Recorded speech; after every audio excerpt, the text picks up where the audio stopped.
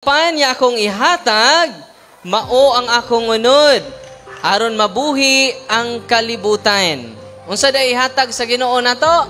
Nga pan, mao ang iyang unod og dugo. So di basta-basta din ang atong gianha sa simbahan. Every time mo simba kita, ang atong gianha dili pare, dili sad obispo, dili sad ang mga lay ministers. Ang atong gianha mao ang pan nga gikan sa langit. Ug ang pan nga ihatag ni Kristo kanato o ang iyang unod. Usa kay gyud ni ana, usa ka pare dito sa Lanciano, Italy. Nagmisa siya, unya nagduha-duha siya. Nya ang pan lawas ni Kristo. Ang dugo, ang bino, dugo ni Kristo. Nahitabo ni sa 8th century. Kano sa nahitabo? Nya 2023 na taron. Pero ang maong milagro mo ay the greatest miracle among the Holy Eucharist. Kaya doon naman ni scientific investigation. Abi ninyo kung sabta ninyo, sos, madasig na mo sa pagsimba kada Domingo. Mao na nga tinuod ang gisulti ni Kristo nga ubanan ko kamo hangtod sa katapusan sa kalibutan. Naguban si Kristo diha sa pan sa kinabuhi niya. Makita din ang pas kinabuhi sa buwangan. Wala. Makita din ninyo ang pan sa kinabuhi sa diskuhan. Wala.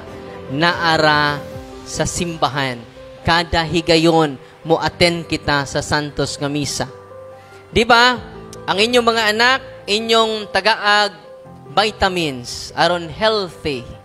Tinoo dili. Inyong mga apo pakanaw ninyo mga prutas, kamunggay, on healthy. Tinoo dili. Pero ang pan sa kinabuhi mo'y source sa tanang vitamins.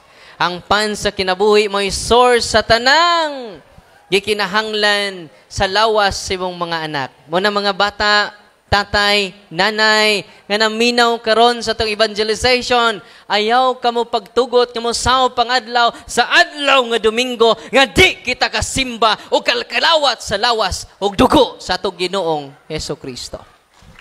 Mao na'y rason nga nung nianhi mi dinhi sa inyong baryo Kutkutan, o baryo Taog, magpanon kita sa pagsugat ni Kristo diha sa Santos nga misa.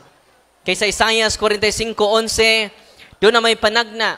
O ang panagna mao kini, ang Diyos sa Israel magtago sa iyang kaugalingon. Unsa to?